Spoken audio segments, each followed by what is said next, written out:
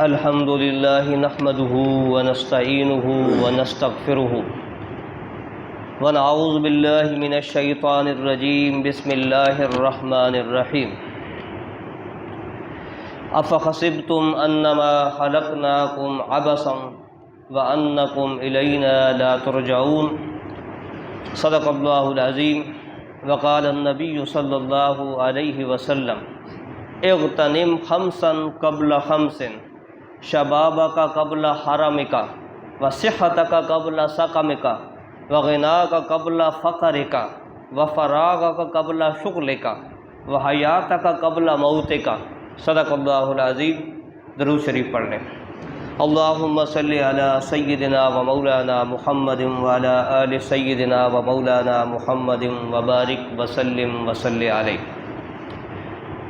محترم جناب امیر جماعت اسلامی حافظ فداء الرحمان صاحب و ذمہ داران جماعت اسلامی اور دیگر میرے ہم سفر بھاتیوں، دوستوں، بزرگوں، السلام علیکم ورحمۃ اللہ وبرکاتہ۔ سب سے پہلی بات، ہم اللہ رب العالمین کا شکر ادا کرتے ہیں کہ اللہ رب العالمین نے ہمیں اپنے کلمے کی بنیاد پر اور حضور نبی کریم صلی اللہ علیہ وسلم کی امت کی بنیاد پر اکٹھے ہونے کی توفیق عطا فرمائی۔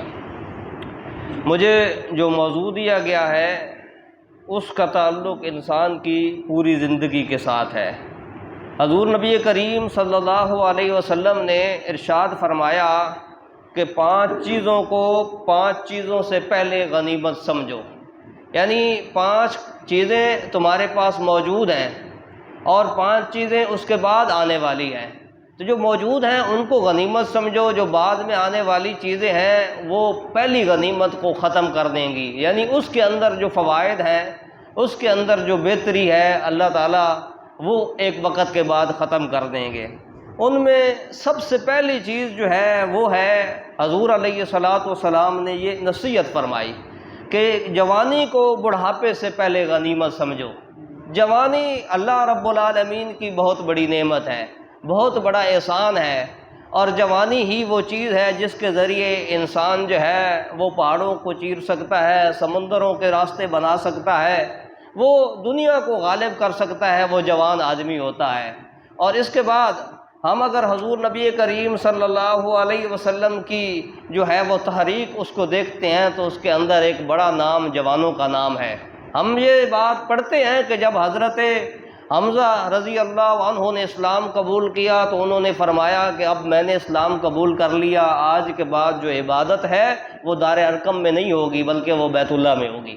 اور پھر وہ آگے نکلے اور پھر اس کے بعد وہاں پہ لوگوں نے اللہ کے گھر میں پہلی دفعہ عبادت کی، کیونکہ وہ نوجوان اور دلیر اور بہادر تھے۔ نوجوان جو ہوتا ہے اس کے تمام اعضاء چست ہوتے ہیں، اس کے اندر دلیری ہوتی ہے، اس کے اندر بہادری ہوتی ہے، اس کے تمام اعضاء جب یہ عبادت کرتا ہے تو اس کو مزہ اور سکون آتا ہے۔ اور عبادت کرتے ہوئے حضور نبی کریم صلی اللہ علیہ وسلم کی اس بات کو بھی سامنے رکھنا چاہیے جس میں پیغمبر علیہ الصلاۃ والسلام نے ارشاد فرمایا کہ 7 بندے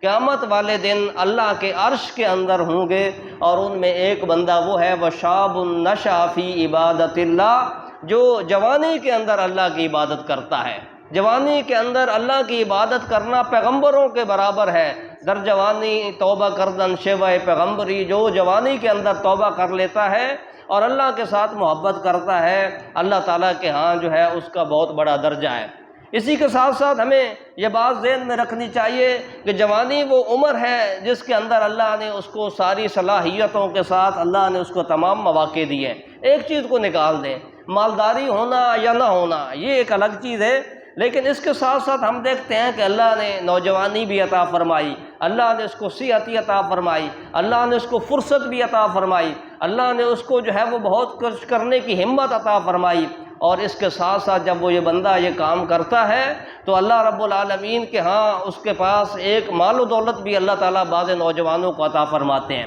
آج کے اس دور کا سب سے بڑا لمحہ فکریہ یہ ہے کہ موجودہ دور کا نوجوان جو ہے وہ دین اسلام سے دور ہو رہا ہے۔ آج کے نوجوان کا بنیادی جو ہے وہ کریکٹر مضبوط ہونا چاہیے، کردار مضبوط ہونا چاہیے، لیکن آج کا جوان جو ہے وہ کردار کو خراب کرنے کی طرف جا رہا ہے۔ اور حضور نبی کریم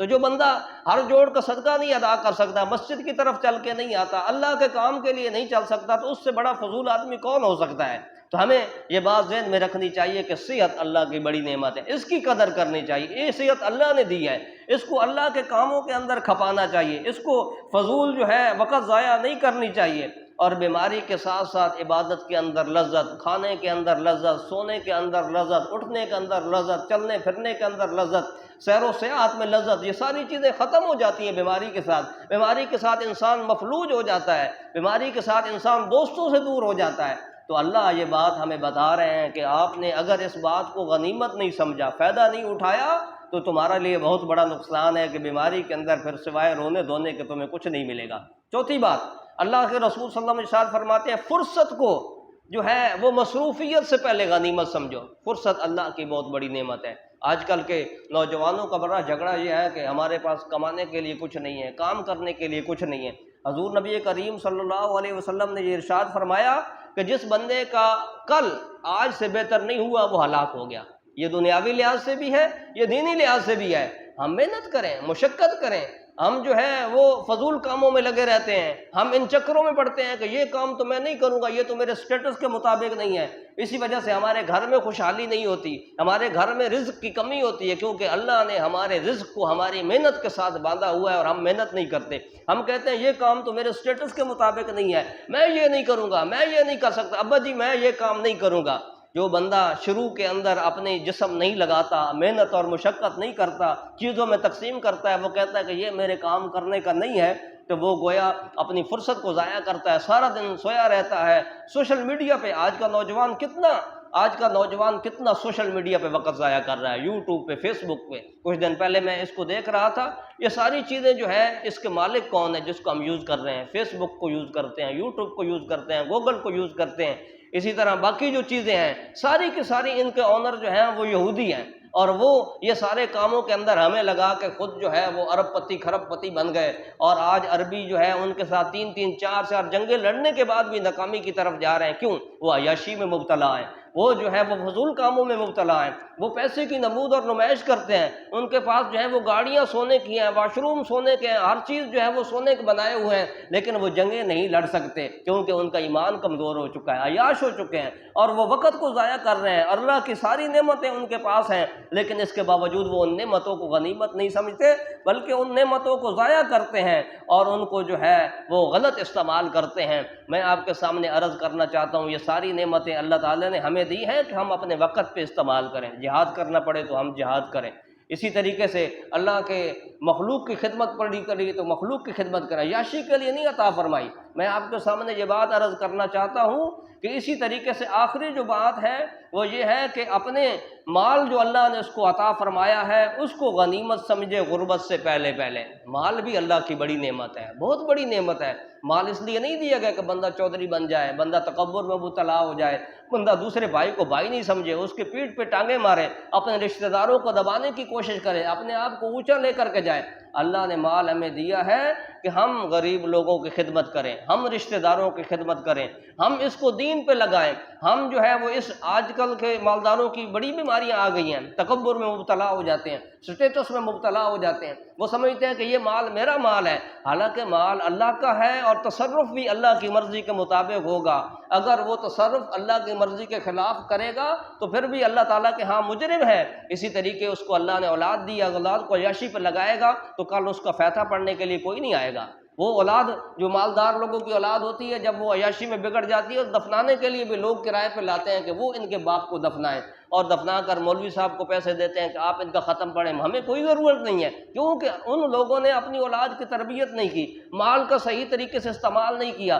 مال اللہ نے ان کو دیا تھا کہ اس کے ذریعے وہ خود بھی عزت کا کھانا کھائیں، بچوں کو بھی عزت کا کھانا کھلائیں، رشتہ داروں کو بھی خدمت کریں، لوگوں کو بھی اپنے برابر کریں، وآت ذی القربیٰ حقہ، قریبی رشتہ داروں کے بھی حقوق ادا کریں۔ لیکن وہ مال پر جو ہے وہ مسلط ہو کر سانپ بن پر بیٹھ گیا، نہ زکوٰۃ ادا کرتا ہے نہ اس میں فطرانہ ادا کرتا ہے، اور قیامت والے دن حضور نبی کریم صلی اللہ علیہ وسلم کی حدیث ہے جو بندہ اپنے مال میں سے زکوٰۃ نہیں ادا فرماتا اس کا مال قیامت والے دن سانپ بنے گا، اور وہ ساری جو ہے وہ اس کی آخرت کی زندگی کے اندر اس کو ڈستا رہے گا۔ تو اسی حوالے سے ہمیں یہ بات زندگی یاد رکھنی چاہیے۔ اور اس کے بعد آخری بات، آخری بات یہ ہے کہ حضور نبی کریم صلی اللہ علیہ وسلم نے ارشاد فرمایا کہ موت کو، زندگی کو موت سے پہلے غنیمت سمجھو، موت کے بعد معاملات ختم، موت کے بعد انسان کے پاس کچھ کرنے کے لیے نہیں رہتا، موت کے بعد جو ہے اس کا جو اللہ نے اس کو مہلت دی ہے وہ اس کے پاس سے ختم ہو جاتی ہے، زندگی اس کی مہلت ہے۔ فَإِذَا جَاءَ أَجَلُهُمْ لَا يَسْتَأْخِرُونَ سَاعَةً وَلَا يَسْتَقْدِمُونَ۔ اللہ رب العالمین قرآن پاک میں ارشاد فرماتے ہیں وَأَنفِقُوا مِمَّا رَزَقْنَاكُم مِّن قَبْلِ أَن يَأْتِيَ أَحَدَكُمُ الْمَوْتُ، تمہارے پاس اللہ نے تمہیں رزق عطا فرمایا ہے، موت سے پہلے پہلے تم خرچ کر لو، اگر نہیں خرچ کر گے فَيَقُولَ، پھر اس دن وہ شخص جب اللہ کے سامنے حاضر ہوگا وہ کہے گا رب، اے میرے رب، لولا اخرتنی الی اجل قریب، تھوڑی سی مہلت مجھے دے دو، فاصدق، میں صدقہ بھی کروں گا، واکم من الصالحین، اور میں نیک بن جاؤں گا۔ اللہ فرمائے گا ولن یؤخر اللہ، اللہ آپ کو مہلت نہیں دے گا، مہلت ختم ہو گئی ہے۔ نفسا اذا جاء اجلها، جب کسی بندے کا وقت مقرر ہو جاتا ہے اللہ اس کو مہلت نہیں دیتا۔ واللہ خبیر بما تعملون، اللہ تعالیٰ جو ہے وہ تم نے جو عمل کیے ہیں اس پر تمہیں خبر دے گا۔ میں آپ کے سامنے عرض کرنا چاہتا ہوں کہ آج لوگ دنیا کی لذت میں اس طرح مبتلا ہو چکے ہیں کہ وہ یہ سمجھتے ہیں کہ ہم نے مرنا ہی نہیں ہے، ان کو موت بھول چکی ہے، وہ موت کی تیاری نہیں کر سکتے، وہ زندگی کے اندر زندگی کی عیاشیوں سے اور اس کے فائدوں سے فائدہ اٹھا رہے ہیں، لیکن اللہ تعالیٰ نے جو اس کو مہلت دی ہے اس کا فائدہ نہیں اٹھاتے۔ اسی طریقے سے ایک اور بات جو اللہ رب العالمین قرآن پاک سورۃ المؤمنون میں ارشاد فرماتے ہیں وہ یہ ہے کہ حتیٰ اذا جاء احدهم الموت، ان میں سے جب کسی ایک پر موت آتی ہے قالا، وہ کہتا ہے رب ارجعون، اے اللہ مجھے واپس لوٹا دو، لعلی اعمل صالحا، شاید کہ میں نیک عمل کر لوں، شاید کہ میں نیک عمل کر لوں، ابھی پھر مجھے دوبارہ موقع مل جائے۔ فیما ترکت کلا، بالکل موقع نہیں ملے گا، یہ صرف ایک بات ہے جو کر رہا ہے، اس بات پہ کوئی عمل نہیں ہوگا۔ وَمِن وَرَائِهِمْ بَرْزَخٌ إِلَىٰ يَوْمِ يُبْعَثُونَ، اور اب قیامت تک ان کے درمیان اللہ تعالیٰ نے ایک پردہ حائل کر دیا ہے، اور اس پردے کی وجہ سے اب وہ دنیا میں واپس نہیں جا سکتا۔ تو اسی حوالے سے ہمیں یہ بات زندگی میں یاد رکھنی چاہیے کہ جو بندہ اللہ تعالیٰ کی ان نعمتوں سے دنیا کے اندر فائدہ نہیں اٹھاتا اور ان چیزوں سے فائدہ نہیں اٹھاتا، اپنی جوانی سے، اپنے مال سے، اپنی صحت سے، اپنی زندگی سے، تو وہ آخرت کے اندر وہ تباہ ہو جاتا ہے۔ حضور نبی کریم صلی اللہ علیہ وسلم کی ایک حدیث ہے، قیامت والے دن میدان حشر میں ایک بندے اپنا قدم بھی نہیں ہلائے گا، اس سے 5 سوال ہوں گے۔ 5 سوال کیا ہوں گے؟ سب سے پہلے اس سے یہ سوال ہوگا کہ تم نے عمر کہاں لگائی، پھر سوال ہوگا اسی عمر میں سے کہ تم نے جوانی کہاں لگائی، پھر اس سے سوال ہوگا کہ تم نے مال کہاں سے کمایا، پھر اس سے سوال ہوگا کہ تم نے مال کہاں پہ خرچ کیا، پھر سوال ہوگا کہ جو اللہ نے تمہیں دین میں سے علم دیا تھا اس پہ عمل کتنا کیا۔ تو یہ 5 سوال جو میدان حشر کے ہیں، تو ہم اللہ رب العالمین سے یہی دعا کرتے ہیں کہ اللہ تعالی ہم سب کو دنیا کی جتنی بھی نعمتیں ان کو غنیمت سمجھیں، ان سے فائدہ اٹھانے اور آخرت کی تیاری کرنے کی توفیق عطا فرمائے۔ وآخر دعوانا ان الحمد للہ رب العالمین۔